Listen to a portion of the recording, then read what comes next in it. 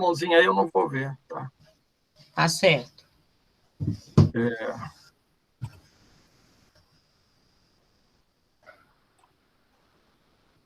Gente, começando então, eu vou começar com uma pergunta para vocês. Supondo que aqui nós temos uma sala de aula, e essa sala de aula, supondo que seja do mestrado, doutorado aí que vocês participam, certo? Eu gostaria que vocês me falassem o que vocês estão vendo nessa sala de aula. Vocês falam que eu estou anotando, tá? Tem pessoas, tem notebook, tem um quadro lá atrás, parece um quadro, né? E aí, se a gente fosse para um modo mais subjetivo, eu acho que dava para dizer, tem gente que está prestando atenção, né? Está no computador, tem gente que parece que está mais alheio à aula, está com a cabeça baixada. Professor Túlio, eu vejo a sala de aula tradicional, diferente dos nossos tempos de hoje. Fala o nome que você é. Eu Túlio não conheço vocês ainda. Professor Túlio, aqui é o Thales, doutorando em saúde coletiva. Eu vejo a sala de aula há 1 ano e meio atrás, há 1 ano atrás, a sala de aula tradicional. Diferente da que a gente vive hoje, né?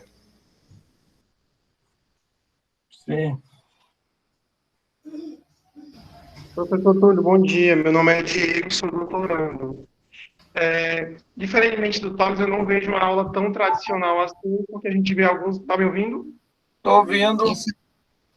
Tá, eu consigo ver alguns tecnológicos, né, mas alguns continuam lá na frente falando, e os alunos não conseguindo assim, ter tanto foco na aula. Né? Aí, para reflexão, eu trago que às vezes a tecnologia ela facilita muito o aprendizado, mas às vezes deixa muitos alunos dispersos, né? Que eles acabam perdendo o foco no momento da aula.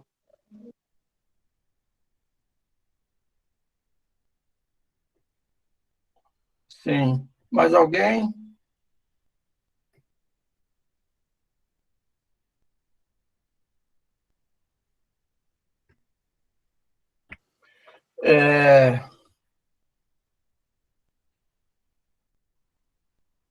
Olha só, gente.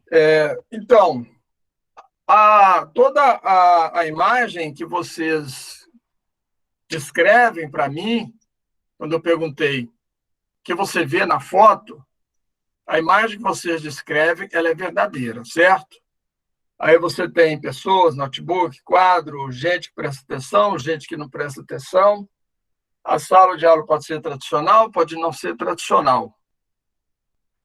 Então, quando vocês descrevem essa sala de aula para mim, vocês estão avaliando para mim uma sala de aula e vocês estão demonstrando para mim um modo de ver, um modo de olhar a sala de aula. Avaliar se refere sempre a um modo de olhar algo. Agora, eu posso olhar para essa sala de aula, eu posso ver pessoas que atravessaram grandes obstáculos na vida para alcançar um curso de mestrado ou doutorado. Então, eu posso ver resiliência. Eu posso ver pessoas que sonharam em fazer uma pós-graduação, um mestrado e doutorado, então eu posso ver sonhos. Eu posso ver pessoas que pretendem, com mestrado e doutorado, alcançar uma carreira de magistério superior. Eu posso ver, então, esperança. Né? Eu posso ver pessoas que estão estudando para contribuir, para colaborar com a família, com a sua comunidade, com as pessoas. Eu posso ver, então, solidariedade. Então, quando eu olho a sala de aula, se pergunta, Túlio, o que você vê nessa sala de aula? E eu descrevi para vocês aqui. Eu vejo resiliência, eu vejo sonho, eu vejo esperança, eu vejo solidariedade. Então, eu diria que eu também apresentei uma avaliação e um olhar sobre essa sala. O olhar que eu apresentei, ele é contrário ao olhar de vocês, a descrição de vocês, não. Mas eu diria que ele é complementar. Certo? Então, gente, quando nós vamos falar de pesquisa e avaliação, nós estamos falando do modo de olhar o mundo, avaliar esse mundo, interpretar esse mundo. Vocês me deram um olhar estrutural e das formas que compõem o mundo, tá certo? E eu dei um olhar do que eu acho que esses corpos, o que compõe esses corpos de alunos e de professor. Eles também são compostos e compõem essa sala, a resiliência, o sonho, a esperança, a solidariedade, etc. É o olhar dos afetos ou do corpo afetivo, né, dessas pessoas. Ele é complementar. Então, eu diria que o olhar das formas e da estrutura precisa de um olhar desse campo afetivo que também compõe as pessoas e também compõe o mundo. Então, quando nós vamos falar de cartografia, a cartografia é um modo de avaliar o mundo, um modo de avaliar os acontecimentos. E a cartografia vai trazer o componente da subjetividade, dos processos de subjetivação, dos corpos afetivos, ou corpos sensíveis, que compõem as pessoas e que também compõem o mundo, porque nós, quando atuamos no mundo, atuamos também por força e por agenciamento da nossa subjetividade, não apenas do conhecimento técnico, embora seja também do conhecimento técnico. Então, eu vou dizer que a cartografia ela tem esse componente, certo? O componente de percepção e avaliação do mundo a partir também dos afetos. Quando eu estou falando afeto, ele é quase equivalente à subjetividade, tá? Então, a primeira ideia é nós pensarmos que o organismo ele é composto por um corpo com órgãos e um corpo sem órgãos, como diz Deleuze, Gilles Deleuze, o filósofo francês. Corpo sem órgãos é o corpo afetivo, é a subjetividade, que é singular e é de cada um. Então, quando eu estou falando que as pessoas estão na sala, eu olho para elas e eu vejo resiliência, sonho, esperança, solidariedade, mas eu vejo aonde? Não está no quadro, não está no chão, não está na parede. É uma percepção, um percepto. É uma percepção da subjetividade. Por quê? Esses sentimentos estão inscritos no corpo afetivo de cada um e não no seu corpo físico. Então, a cartografia é isso aí. É exatamente a demonstração que nós tivemos aqui agora, certo? Professor, é a Débora, só um minutinho, eu posso fazer uma pergunta? Quando o senhor fala que essa percepção desses corpos afetivos, né? Pode ser a partir do que eu tenho também como vivência, porque, assim, a gente pensa, né? Ah, uma esperança, uma vontade, uma resiliência de ter passado por tudo isso. Talvez com base na minha vivência, porque eu fico pensando pessoas que não passaram por esse momento, será que elas teriam essa percepção também? É exatamente isso, Débora. A nossa subjetividade, ela se forma a partir das nossas experiências de vida, a partir do vivido por cada pessoa. Então, esse corpo afetivo vai trazer inscrito nele as experiências de vida da pessoa, e cada um tem uma experiência diferente. Então, esse corpo afetivo ele é singular, ele é de cada um, assim como a subjetividade, certo? Certo. Então, as pessoas vão apresentar diferentes sentimentos, porque elas estão expressando diferentes afetos que compõem o seu corpo afetivo. Exatamente isso. Ele se produz na experiência, no vivido, tá? Bom, nós vamos seguir então, gente. Tá claro até aqui? Tá sim, professor. Bom, então eu coloquei aqui alguns pressupostos, mas são alguns. Eu acho que vai necessitar de uma leitura, tem uma referência aqui no final, mas tem outras que vocês vão pesquisar depois. Mas um primeiro pressuposto o primeiro pressuposto, gente, é o seguinte: nós não desqualificamos nenhum método de pesquisa, tá? Todo método é válido. Então, por exemplo, se eu adoto a cartografia, eu não vou desqualificar o outro método. Eu simplesmente estou fazendo opção por um. A gente também não contrapõe pesquisa qualitativa, quantitativa. Achamos que isso não é produtivo. Eu, por exemplo, Salete me conhece, faço pesquisas qualitativas a vida inteira. Faço cartografia há muito tempo. Nesse momento, eu estou participando, coordenando uma pesquisa quantitativa. Na área de epidemiologia, um ensaio clínico. E isso, não tem nenhum problema com isso, certo? O método, ele deve servir a determinado objeto. Se eu vou estudar, por exemplo, eu estou nesse momento coordenando uma pesquisa que é verificar a eficácia de telemonitoramento de egressos de internação hospitalar em 4 tipos de doenças crônicas graves. Ora, se eu vou fazer um estudo populacional, eu vou usar o método da epidemiologia e o método estatístico, tá? Como eu acho que isso é insuficiente, eu vou acrescentar também a pesquisa quali. Mas então eu estou dizendo para vocês que o método ele deve servir ao objeto, ou seja, então a principal questão da pesquisa, de um projeto de pesquisa, é o objeto, é a questão. E eu diria que é, inclusive, o mais difícil. Você pensar qual é o problema que você vai se colocar diante de um tema que você está vendo, né, que você está estudando.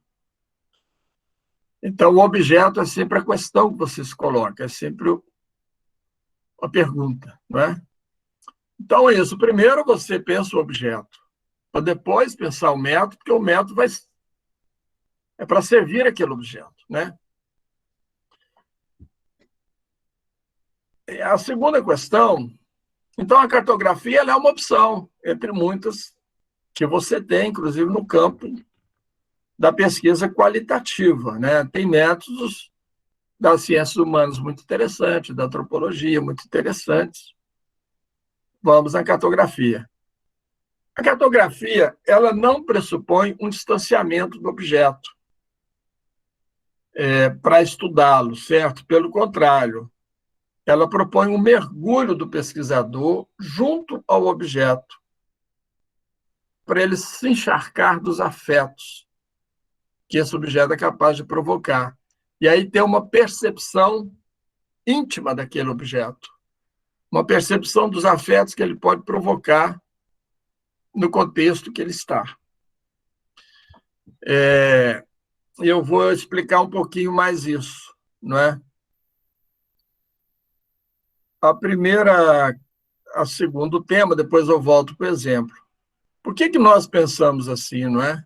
Porque toda pesquisa ela vai significar uma produção do mundo. Se você pega um objeto para estudar, na medida que você estuda aquele objeto, você está dando visibilidade a ele. Você está falando sobre ele, analisando o objeto. Então, você está dando uma vida para ele, né? Uma expressão. É uma produção de mundo, né? É uma produção daquele objeto. Mas, ao mesmo tempo que você se relaciona com aquele objeto, e você o produz, esse objeto também te produz. Te produz em que sentido? Você passa a conhecer, mas você passa a ser afetado por ele também, de alguma forma. Então, o encontro seu com esse objeto é uma produção do mundo, que é o objeto, é produção de si mesmo.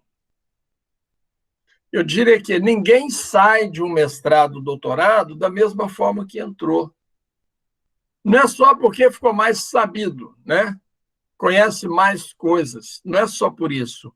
É porque ele tem uma experiência de vida. E essa experiência de vida afeta e modifica a pessoa na sua subjetividade. Ou seja, afeta e modifica a pessoa no seu corpo afetivo. Não é?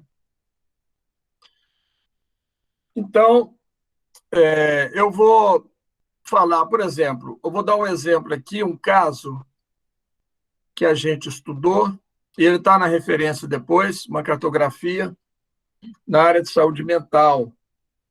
Então, uma psicóloga que chegou para o mestrado e ela queria fazer um estudo na área de saúde mental, propusemos estudar um caso e propusemos estudar a cartografia. Mas ela conhecia pouco da rede de saúde mental. Então, o que eu sugeri? Vai para a urgência do hospital psiquiátrico, tem um hospital psiquiátrico aqui em Niterói, faça um mergulho.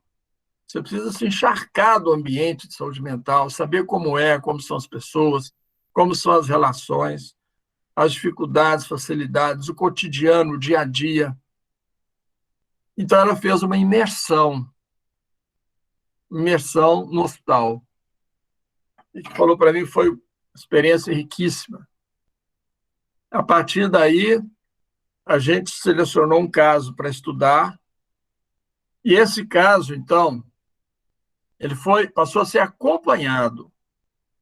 Então, olha só, é que eu vou falar em seguida, né? Porque a cartografia, você não faz uma foto de momento.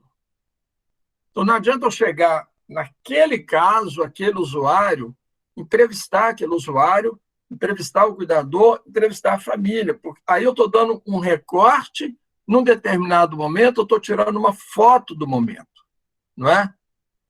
A cartografia, ela não trabalha com a foto do momento, com a imagem estagnada. A cartografia, ela se preocupa com os processos, ou seja, que fatores, ao longo da história daquele sujeito, sua história clínica, que fatores levaram a que chegasse àquela situação que está sendo estudada.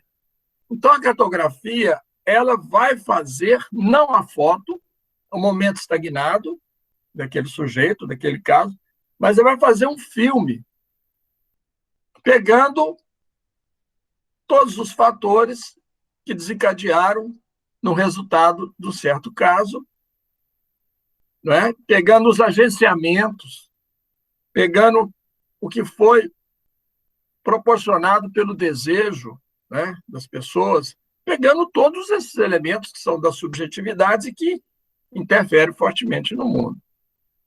Então, ela foi acompanhar um caso. Como eu falei, não adiantava pegar o momento, mas ver todos os elementos. E aí pegou um sujeito, mais de 60 anos, que havia sido transferido. Ele esteve no hospital internado, foi acompanhado pelo CAPS e foi providenciado uma residência terapêutica. E ele, então, foi para a residência terapêutica, morar na residência terapêutica. E o que se viu na residência terapêutica? A residência terapêutica tinha um regime disciplinar rigoroso. Ele tinha hora para acordar, hora para almoço, hora para janta, hora para chegar em casa. Era tudo absolutamente regulado. E ele ficou incomodado com esse regime disciplinar, porque ele queria viver uma vida. Ele queria, por exemplo, ter uma namorada, uma vida afetiva. E ele tinha esses horários rígidos. Então, ele começa a se rebelar contra o regime disciplinar, né? e ele começa a se tornar, então, inconveniente na residência terapêutica, porque a transgressão das regras passou a prejudicar o funcionamento da residência terapêutica. Mas ele transgredia para se livrar do regime disciplinar. Bom, a solução foi encontrar um quarto numa pensão para ele morar. E assim foi feito. E, a partir daí, ele foi acompanhado. E, ao acompanhar esse caso, ele percorria a cidade, né, todos os dias. Ele tinha relações na cidade com o cara do carrinho de pipoca, com a banca de revista, com o mendigo, com o funcionário da loja, o funcionário do banco. Ele produziu uma cidade para ele através dessas relações, e a namorada e tudo mais. E aí ele se estabilizou vivendo essa vida. E nessa cidade que ele construiu para ele. Então, você vai observar, quer dizer, só foi possível observar os movimentos desejantes que ele fez e que possibilitou construir essa cidade para ele, esse ser desejante na cidade, produzir a cidade, produzir relações amorosas. Foi possível perceber o quanto ele transgrediu as regras, porque a residência terapêutica é um regime disciplinar que regula o seu funcionamento. Não estou entrando em discussão se deve ter ou se não deve ter. Esse regime disciplinar não se enquadrava na vida dele, ele transgrediu para ser expulso. Então, você vê o quanto que o usuário, ele próprio, tem também um projeto terapêutico para ele. O quanto ele é protagonista também do seu projeto terapêutico. E o projeto terapêutico que ele tinha para ele não suportava o regime disciplinar e as restrições que ele vivia, né?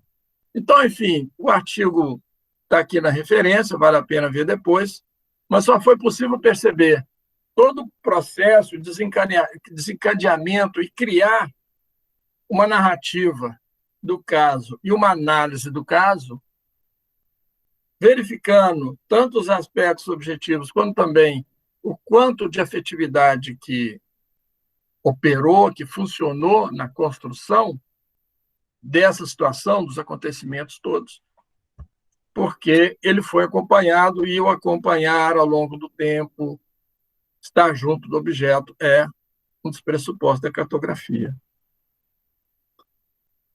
A cartografia, ela não pensa uma hipótese a priori.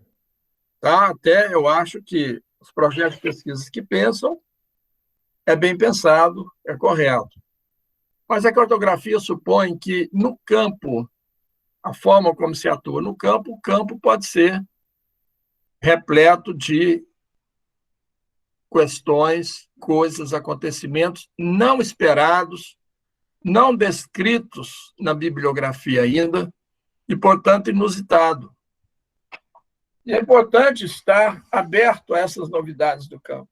E você só vai estar aberto a novidades do campo se você não tiver muitos a prioris para ir para esse campo, né?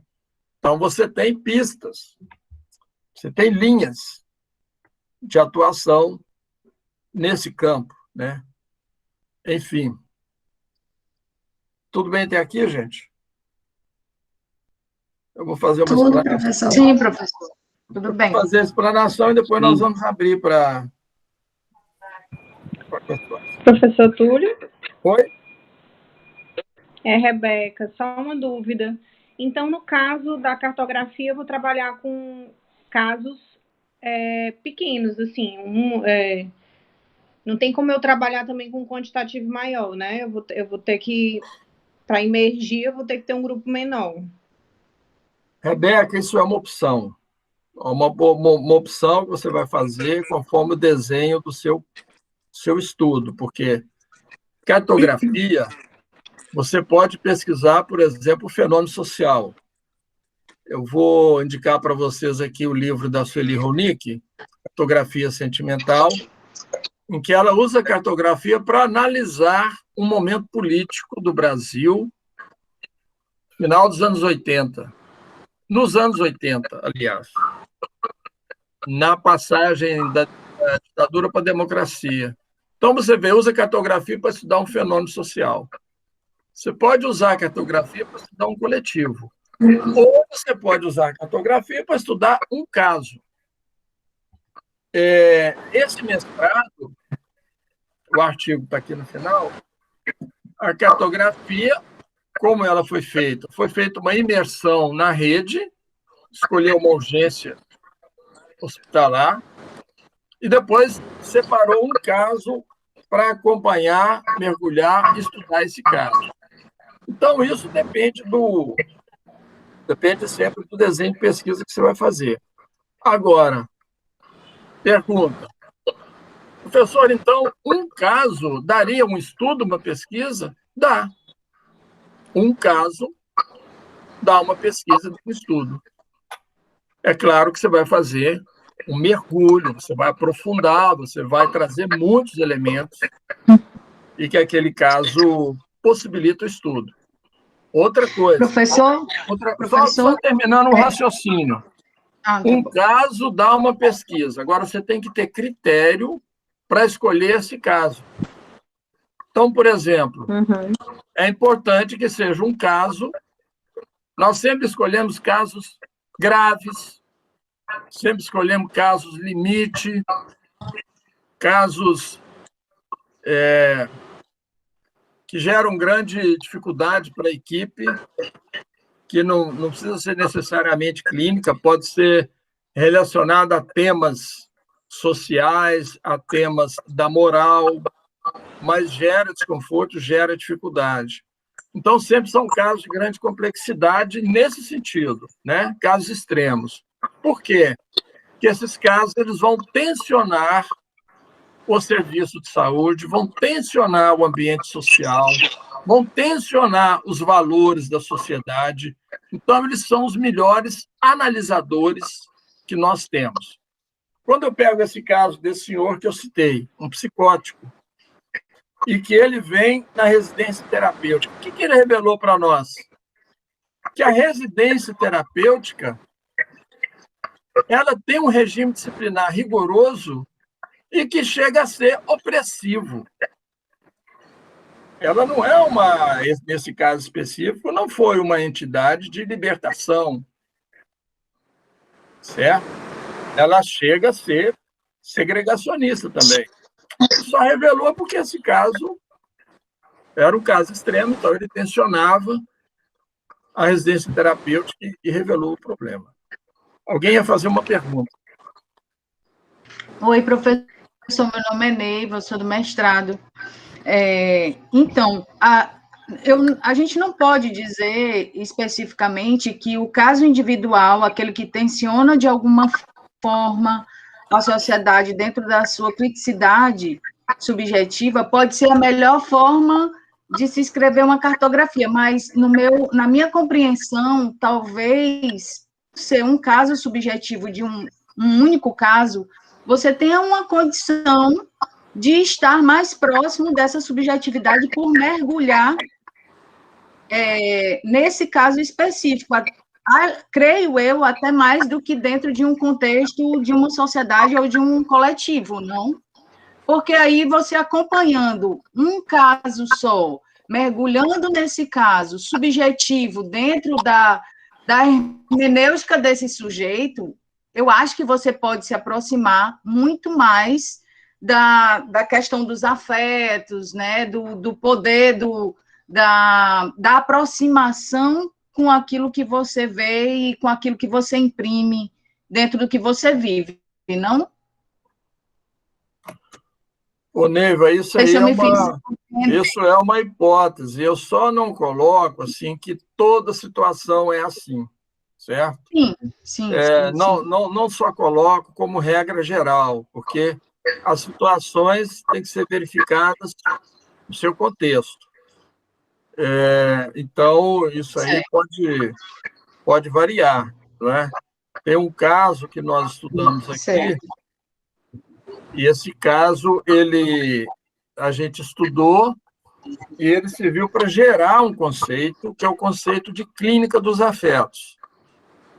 Não está nas referências, mas eu vou pôr. chama Em Busca da Clínica dos Afetos. Também foi um caso que foi estudado, acompanhado por 6 meses, e que mostrou a insuficiência da clínica e o quanto que a Clínica dos Afetos, ela não desqualifica a clínica, mas ela compõe, como eu coloquei para vocês, olhar sobre a sala de aula. Esse é um caso interessante.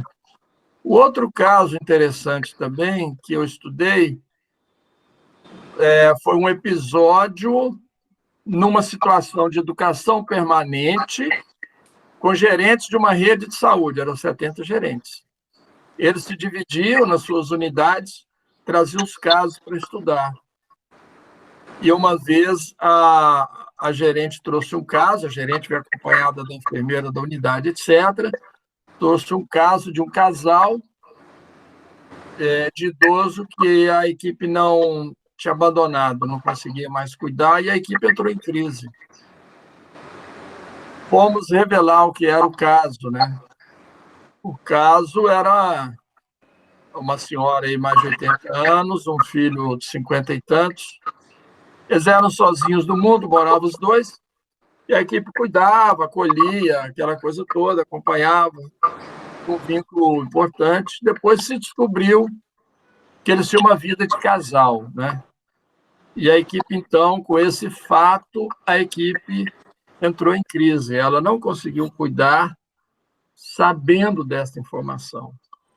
Então, você vê que é uma situação complexa no sentido do quê? No sentido de colocar em pauta uma questão dos costumes, do comportamento. Enfim, isso existe. E só veio à tona porque a educação permanente em curso proporcionou, e isso tinha virado um problema de funcionamento da equipe grave. Quando vem para análise, você tem possibilidade de conversar, tem possibilidade de processar e de resolver, né? Mas, ou seja, essa equipe, quando para de cuidar desses idosos, se eu olho apenas o funcionamento da equipe na sua conformação orgânica, né?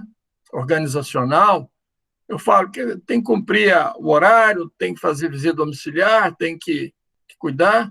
Agora, se eu vou para o lado de tentar entender que subjetividade se produziu ali, que resultou nessa interdição do cuidado, né? Eu vejo que o corpo afetivo daquela equipe foi abalado, né? Foi desorganizado em cima da informação que eles tiveram da vida dessa mãe, desse filho, como eles viviam, né? Então, só é possível por uma percepção da sua afetividade. Então, aí nós estamos tratando de uma equipe na relação com 2 pessoas que eles cuidavam. Então, a gente tem usado muito estudo de caso, viu, Neiva? Mas eu diria que não tem regra geral. E a gente vai falar um pouco disso agora, olha só. Ok, professor, obrigada. Algumas características da cartografia. Então, primeiro, eu já falei, analisa, está escrito aqui, o acontecimento na perspectiva de um processo, mapeando os fatores que levaram ao fenômeno. A cartografia não tira uma foto da realidade, ela faz um filme. Ela tenta perceber o processo em curso. Aí, quando você vai nos estudos de subjetividade, né, e você pega os autores aí que a gente tem utilizado para estudar, Spinoza, Deleuze, Guattari, Sueli Ronick, Kastrup, você vai perceber o seguinte, que essa construção da realidade dos fenômenos, ela é feita por agenciamentos, por força do desejo. Os agenciamentos e a força do desejo funciona como uma força propulsiva, que põe as pessoas em movimento e faz elas intervir no mundo, modificar o mundo, produzir a sua vida. Então, por isso, a cartografia está estudando o processo, porque ela quer entender esses fenômenos de construção de um determinado caso, uma determinada situação. Como isso vem se dando, né? O pressuposto é que a subjetividade, ela também interfere fortemente na realidade. Ou seja, esse corpo afetivo, ele não é apenas uma característica da pessoa. O corpo afetivo, ele opera fortemente na produção da realidade. Tanto quanto o conhecimento técnico e acadêmico, certo? Por isso são complementares. Então, esse reconhecimento é importante, e reconhecendo isso, a cartografia vai tentar sempre entender processos, né? A cartografia dá linguagem aos afetos. Olha só, a primeira imagem, né, do início aqui da nossa conversa, que eu coloquei a sala de aula, e falei que eu estava vendo ali resiliência, sonho, esperança, solidariedade, o quê? Estava dando linguagem aos afetos presentes naquela sala. E que interfere na produção daquela sala, interfere na produção do conhecimento, da realidade, né, do mundo. Então, a cartografia vai tentar perceber isso e dar linguagem aos afetos não significa anular ou desqualificar conhecimento racional, científico. Então, ele é um complementar, componente. Não é? É um método ad hoc. Então, Neiva, veja bem, o método ad hoc significa o quê? Você tem uma cartografia para cada estudo. Por isso a cartografia, olha só, a cartografia não é chamada de método. Você vê que eu pus entre aspas método, e preste bem atenção nisso, porque se confunde muito, né? A cartografia, nós chamamos, se fala método porque ela é usada para pesquisa. É uma forma de produzir o conhecimento a partir do estudo de diversos fenômenos, acontecimentos, os casos, né? A forma como se produz conhecimento, né? Por que não é considerado método? Porque não é um modelo que você vai repetir em cada estudo. Para cada estudo, você vai ter uma cartografia que ela vai ser singular. Ela vai ter características específicas conforme o desenho daquele estudo. Ad hoc é a expressão latina que significa isso, né? Específico. É o antimétodo. Isso aqui é o que diz a Sueli Ronick e a Virginia Castrup, né? Todas as fontes de dados são importantes, tá? Então, a gente não desqualifica dado, tem essa amplitude, né? Inclusive, se você precisa de dados quantitativos para tentar entender o fenômeno, use. Não tem preconceito contra nenhum tipo de dado. Podemos seguir? Sim, professor. Obrigada.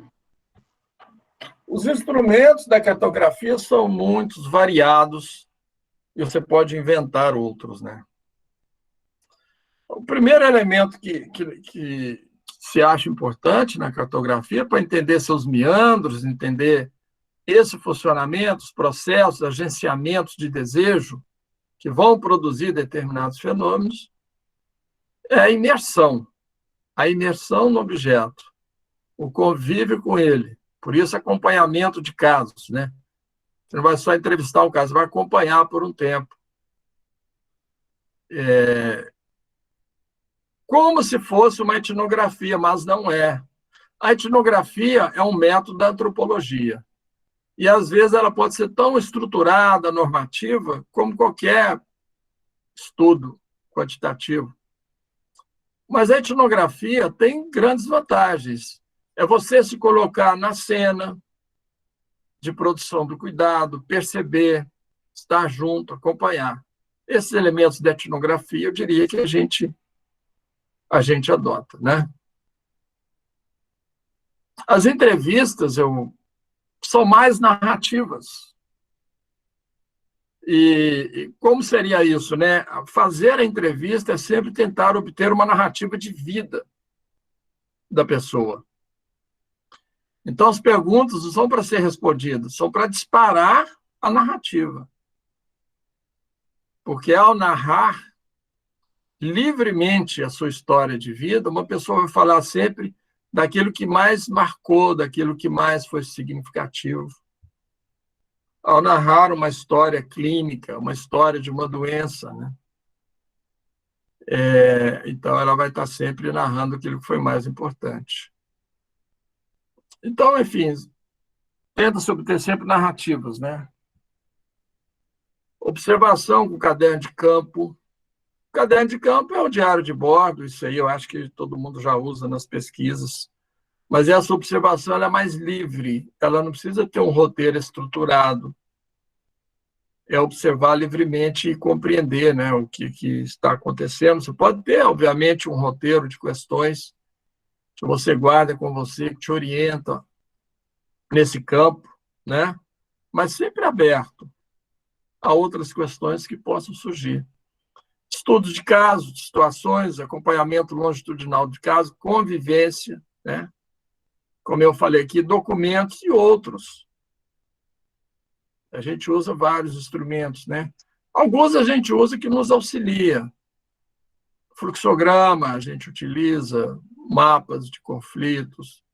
São ferramentas mais duras um pouco, mas que elas servem como meio para se obter certas narrativas de rede, certas narrativas do trabalho, e você vai compondo isso. Para a cartografia, você vai ter várias fontes para compor conjunto, né?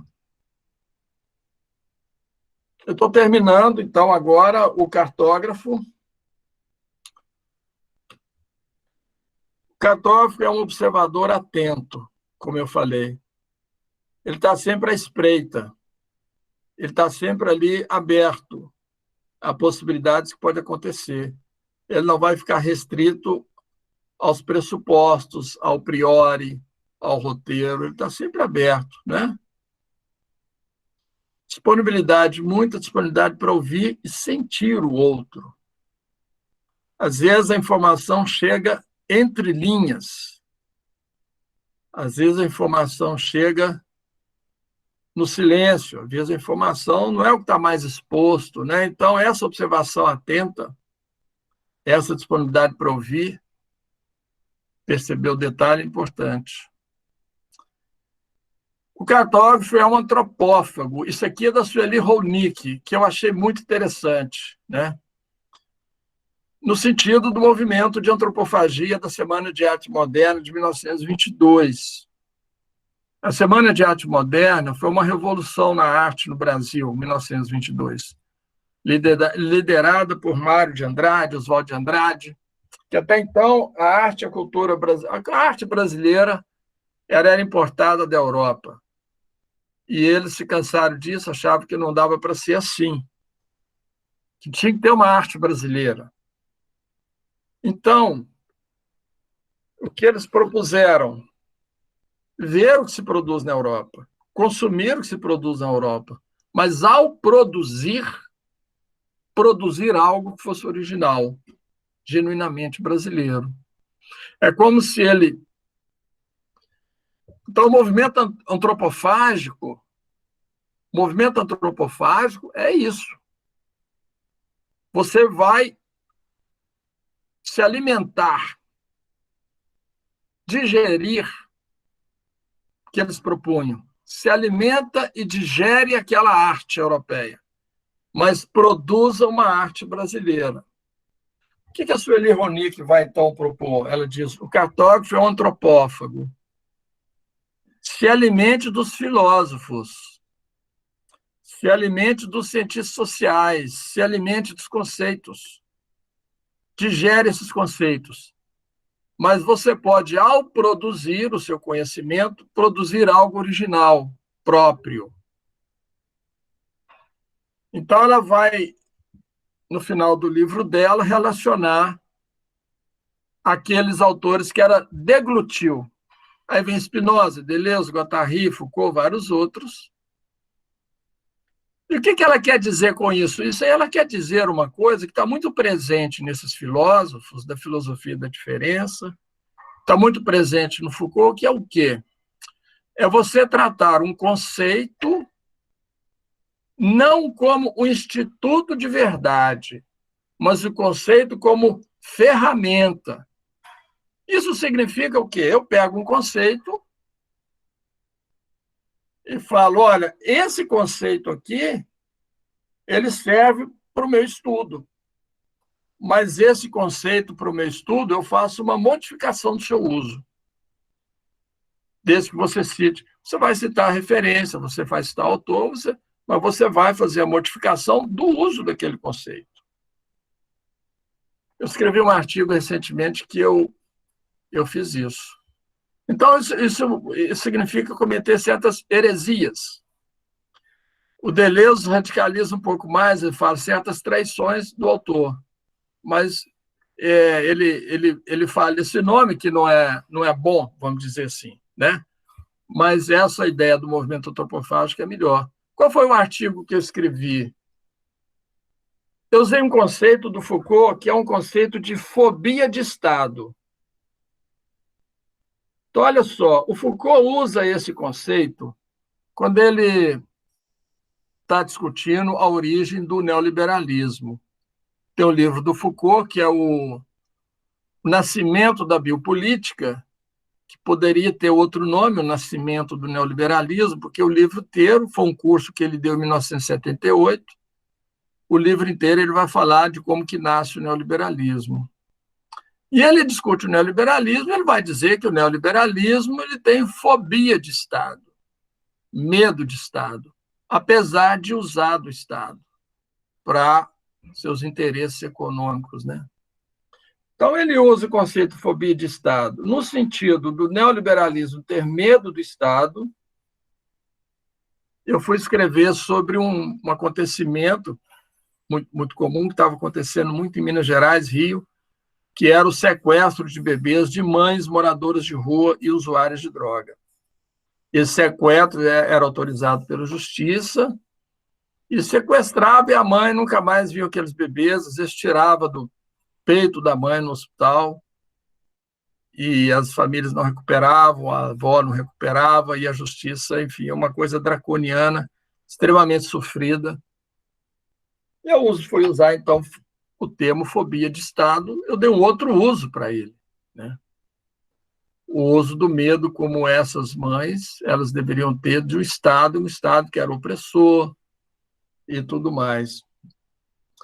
Então, a antropofagia é mais ou menos isso, você usar o conceito não como verdade absoluta, mas como ferramenta que você vai manejar para o seu estudo, para a sua análise, ter essa liberdade de autoria, né, sobre o estudo que você está fazendo, um pouco isso. No livro da Sueli Ronick, vocês vão ver isso com mais detalhe, tá? Ver as diferentes máscaras que os sujeitos vestem no cenário de trabalho, cuidado, no mundo, enfim, singularidades. Também a Sueli Ronick trabalha muito bem isso no primeiro capítulo do seu livro. É um pouco uma ideia o seguinte, que nós nos modificamos dependendo das situações do momento que nós vivemos. Então, nós vestimos diferentes máscaras. Então, eu sou Túlio aqui numa aula, eu sou Túlio quando eu estou num bar, eu sou Túlio quando eu estou na família, e são Túlios diferentes, alguma coisa assim. Isso é o conceito de singularidade, né? A gente não trabalha com a ideia de indivíduo, porque uma pessoa ela não é um todo conjunto, organizado, estruturado. A pessoa ela é uma singularidade, ou seja, são muitos em cada um. Porque nós sempre atuamos conforme agenciamentos do meio no qual nós estamos, né? A Sueli Ronick vai falar disso, máscaras que nós usamos, diferentes circunstâncias, diferentes momentos, e ela vai fazer uma discussão melhor sobre isso, sobre processos de desterritorialização, reterritorialização, que é basicamente reconhecer que a nossa subjetividade se inscreve num território existencial. E quando há uma mudança de subjetividade, há um processo de desterritorialização, ruptura com aquele território existencial. E, ao romper, você pode transitar para um novo território existencial, ou seja, uma nova subjetividade, o que ela vai chamar de movimento de reterritorialização. Então, a mudança de subjetividade são movimentos de reterritorialização existencial, não é? E aí tem uma discussão muito boa que ela faz, esse processo de transição, como isso ocorre, os riscos, né, e tudo mais. Claro que é um processo difícil, processo doloroso, muitas vezes, esses movimentos de mudança de subjetividade, o que nós chamamos de processo de subjetivação, né, gente? Então, olha só, como nós estamos em permanente processo de mudança de subjetividade, porque a subjetividade se constitui das experiências de vida, ou seja, do vivido, nós estamos em permanente processo. Diariamente, nosso corpo vai se compondo e recompondo diferentes sentimentos. Então, é muito mais adequado. Muitas vezes nós falamos que nós vivemos um processo de subjetivação, reconhecendo que há uma mudança permanente da subjetividade, micromudanças, microscópicas mudanças, né? Do que é um processo de subjetividade, porque a subjetividade não é algo estanque, engessado, está em permanente mudança. Então, é o processo de subjetivação que é mais presente, né? Professor Túlio, Sim. a gente pode ligar isso ao rizoma, porque você toma a sua subjetividade e você se reinventa dentro daquela reterritorialidade de acordo com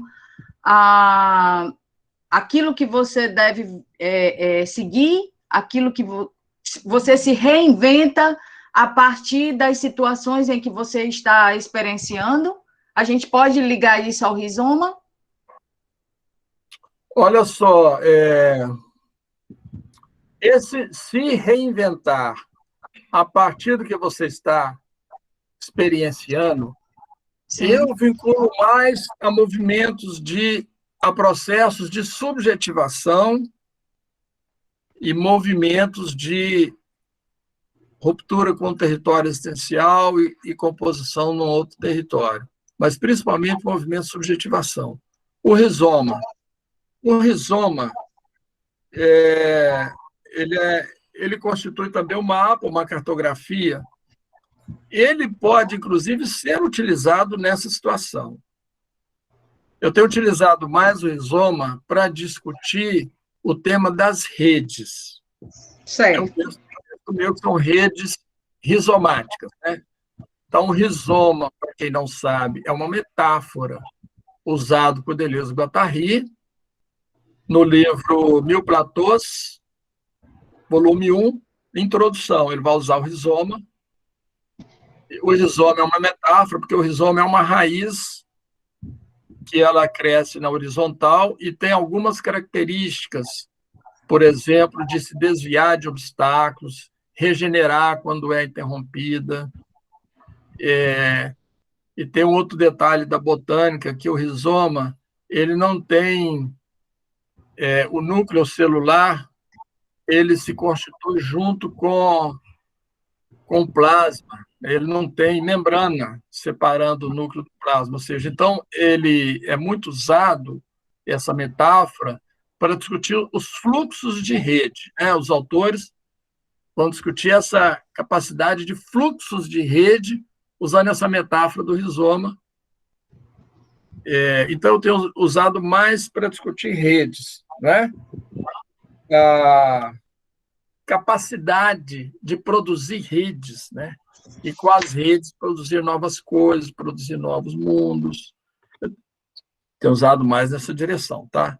Eu acho que esses movimentos de mudança de subjetividade contínua, processo de subjetivação seria melhor. Então, o rizoma é sempre usado quando você constitui várias conexões e fluxos para mudar algo. Tem um texto do Peter Paul Pelbart que ele discute capitalismo rizomático, por exemplo. Ele faz uma análise do capitalismo nos tempos atuais, e a grande capacidade que o capitalismo tem, que o capital tem, de fazer conexões, fazer fluxos, inventar novas coisas, né? Novos cenários, se reinventar. E ele vai nomear, então, isso é um capitalismo rizomático, né? Está vinculado a essa capacidade de se conectar, fazer fluxo, reinventar caminhos. Então, eu acho que o rizoma está mais um pouco aí, nessa direção, tá? Agora, é claro que determinadas discussões, diz, uma pessoa foi produzindo possibilidades para ela, mudando o seu mundo, mudando sua forma de ser, e ela fez um caminho rizomático para a sua vida. Eu posso usar essa expressão também, porque eu estou dizendo que essa pessoa foi se conectando, reconectando, produzindo novas possibilidades, novos mundos para ela, de uma forma não normativa, não estruturada, não previamente pensada, mas em fluxo. Eu posso dizer que ela fez movimentos rizomáticos de produção de sua vida. Entendeu? Eu posso empregar o conceito aí também. Então, a sua pergunta ela não é totalmente inadequada. Posso empregar. Depende do contexto que você está analisando, que você está escrevendo, que você está vendo. Certo? Então, não significa que não possa utilizar o conceito aí também. É importante entender o conceito, né? O rizoma está sempre ligado a conexões, fluxo, invenções de novos caminhos, possibilidade de construção de outros mundos, né? E o rizoma também é muito associado à cartografia, porque a cartografia, como mapa, né, afetivo, ele faz esses caminhos irregulares, né? Por último, Professor, sim. mas aí, pegando aquele exemplo que o senhor falou do caso clínico lá do paciente da residência, eu achei que o que a Neiva falou até, e você confirmou, ele também fez essas conexões, ele também, como é que você falou? Ele Entrou fez nesse conexões, conflito. fluxo. Entrou nesse conflito com a residência e construiu uma nova. Então, acho que realmente tem muito a ver, dependendo realmente do contexto, né? Exatamente, exatamente. Nesse caso, eu poderia usar, que é um caso que ele fez várias conexões na cidade, em fluxo com essas conexões, eu poderia dizer, ele inventou para ele uma nova cidade, com caminhos rizomáticos, né? E foi uma invenção, uma construção disforme, porque o caminho dele tem tanto o cara da banca de revista, o da pipoca, o gerente de banco, o mendigo, a prostituta, o caixeiro lá do funcionário do comércio. É um caminho irregular de fluxos que ele inventou para produzir essa cidade para ele.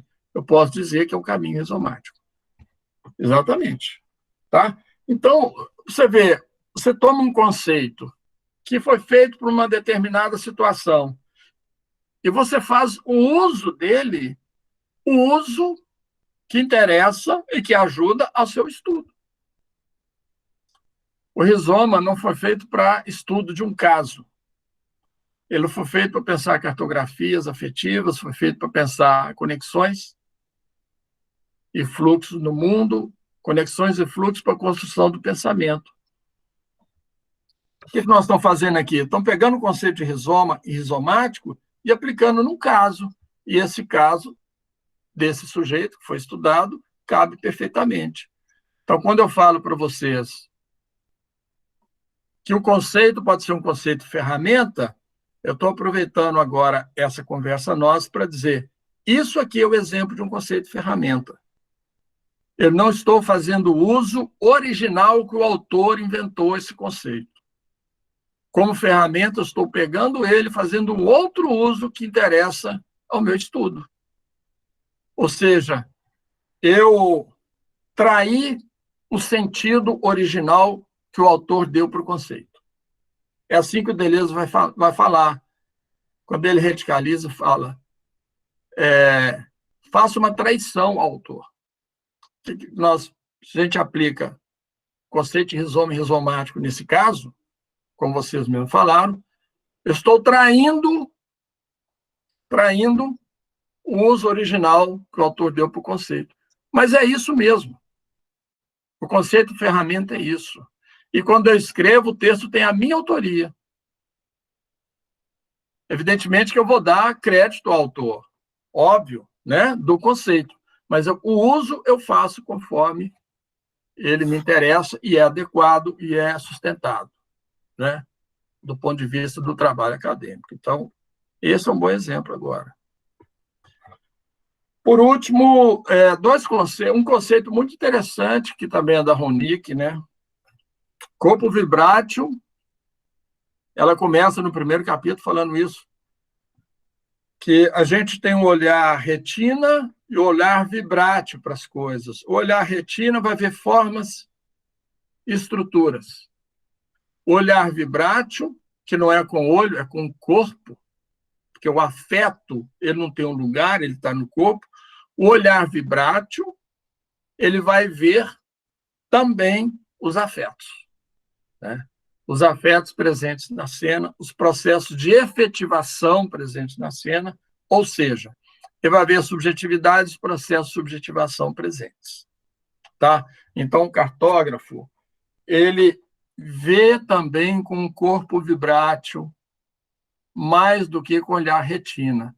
Embora, é claro, ele vai ver também olhar retina, mas ele vai ter a percepção, né, o percepto de ver os afetos presentes na cena.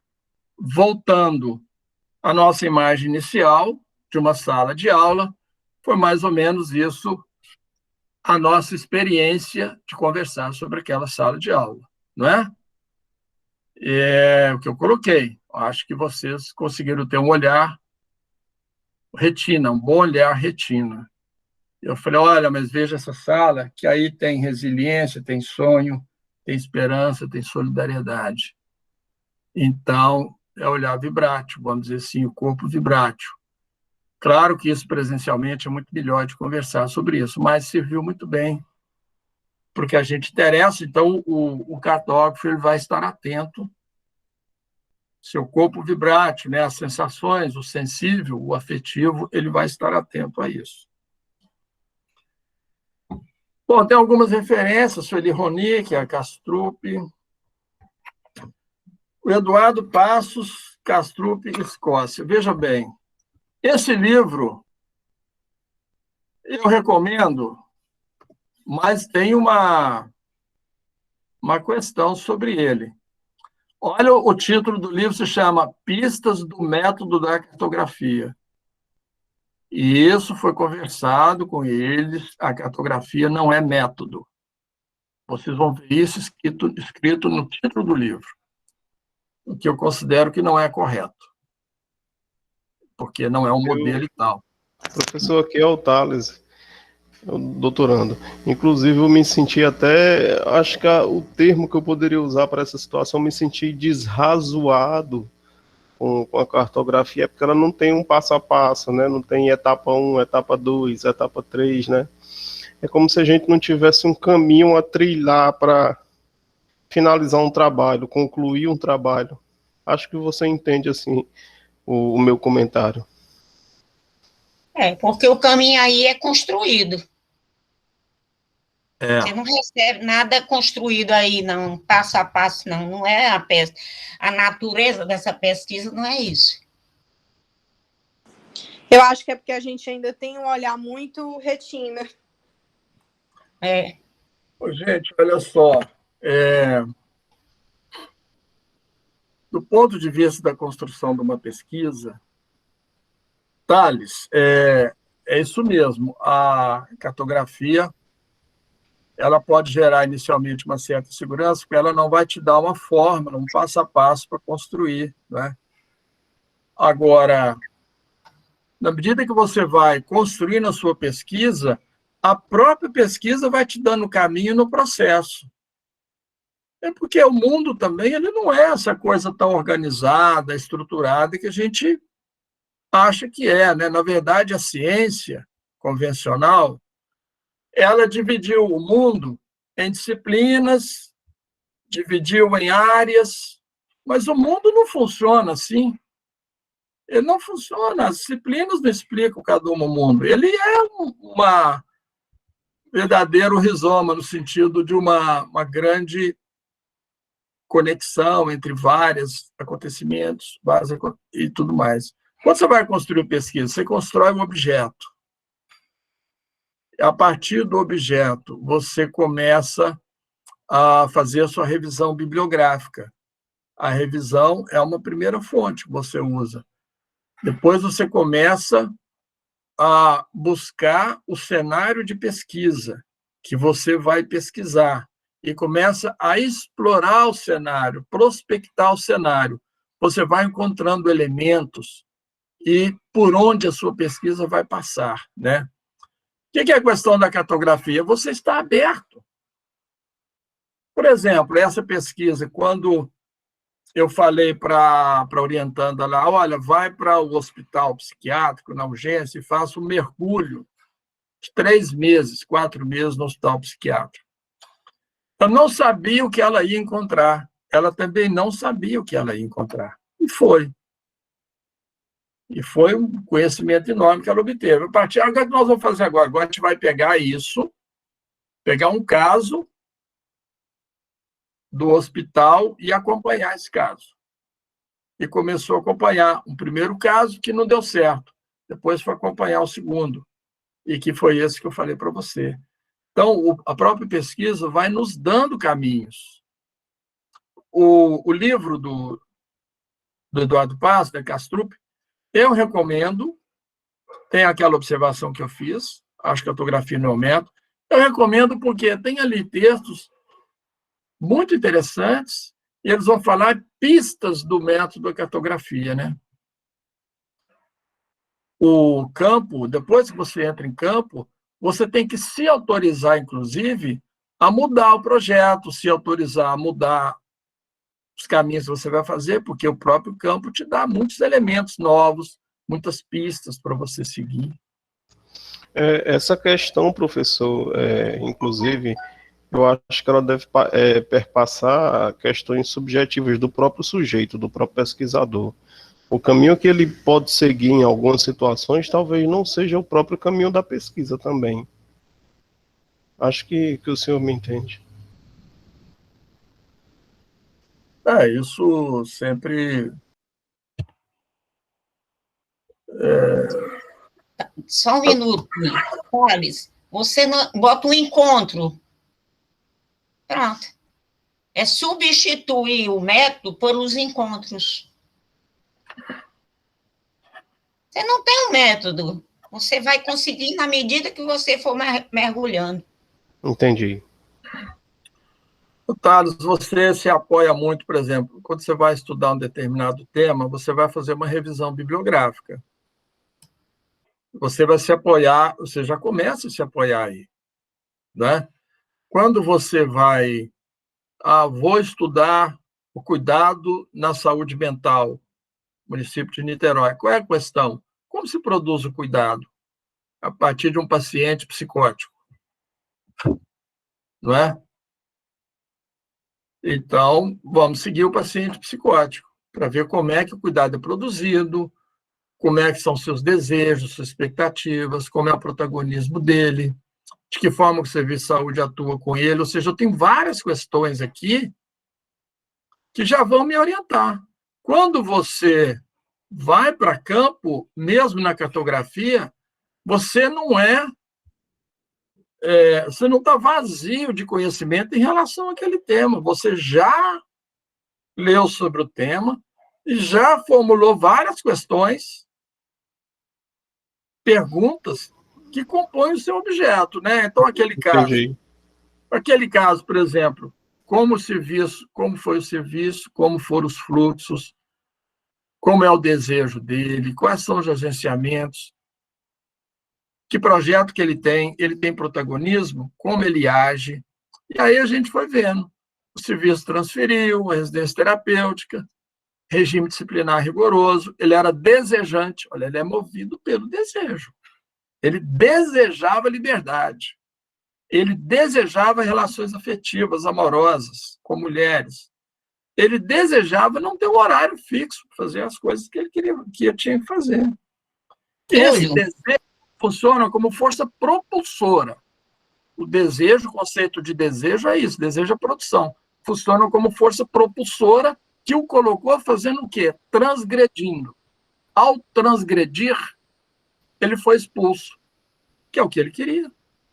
E aí o seu desejo funcionou não mais transgredindo, funcionou como força propulsora para agenciar a produção de uma cidade para ele. E foi o que ele fez nas relações que ele produziu.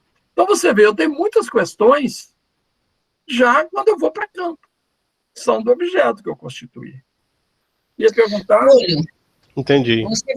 você ainda vai falar sobre rede, hoje não dá tempo. Você marcou até 10 horas, tá quase 10 horas. Hoje não dá tempo, Salete.